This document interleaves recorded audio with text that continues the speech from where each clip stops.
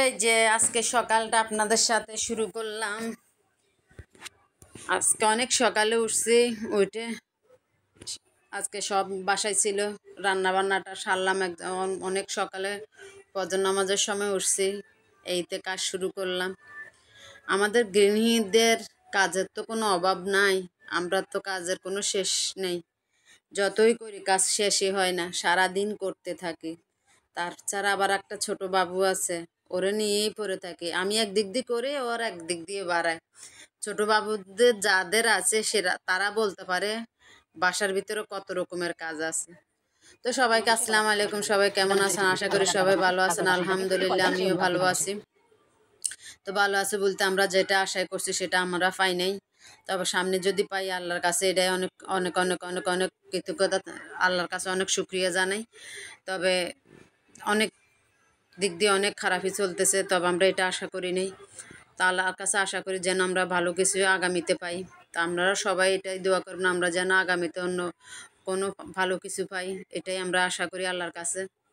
তো আজকে শাক দিয়ে আর আজকে একটু দিয়ে কাঁঠালের বিচি, একটু শিং মাছের মাথা দিয়ে একটু পাক শাক রান্না করলাম। যদি আপনারা না খান এভাবে একটু করে রান্না করে খাইয়ে দেখবেন, মাশাআল্লাহ অনেক সুস্বাদু হয়েছে। এরপরে একটু শিং মাছ রান্না করলাম আলু দিয়ে, যেন আমার ছোট মেয়েটা আছে ওর জন্য একটু আলু দিয়ে শিং মাছ রান্না করলাম। ওর জন্য না, আমরা সবাই খাইছি, সবার জন্যই করছি। তো আমি তো এভাবে করি রান্না করি শিং মাছ। আমি শিং মাছের ঝোল রাখি, কেননা শিং মাছের ঝোলটাতে অনেক ভিটামিন আছে, রক্ত হয়। শিং মাছটা ভুনা ভুনা করলে ওটাতে কোনো রক্ত হয় না, কোনো ভিটামিন থাকে না।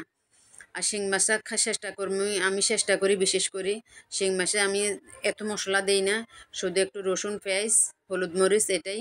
বেশি মশলা দিলে কোনো জিনিসেরই কোনো ভিটামিন থাকে না। ওই কারণে আমি বেশি কোনো, আপনারা দেখেন আমার রান্নাগুলোতে আমি এত মশলা খাই না।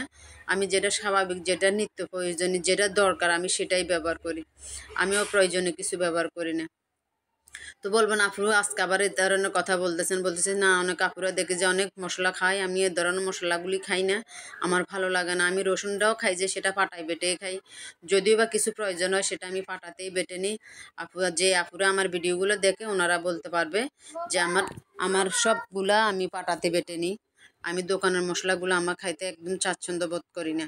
তো এই যে আজকে এই যে এখানে রান্নাগুলো হয়ে গেছে, পরিবেশন করতেছি। মাশাআল্লাহ আমার শিং মাছের কালারটা অনেক সুন্দর আসছে।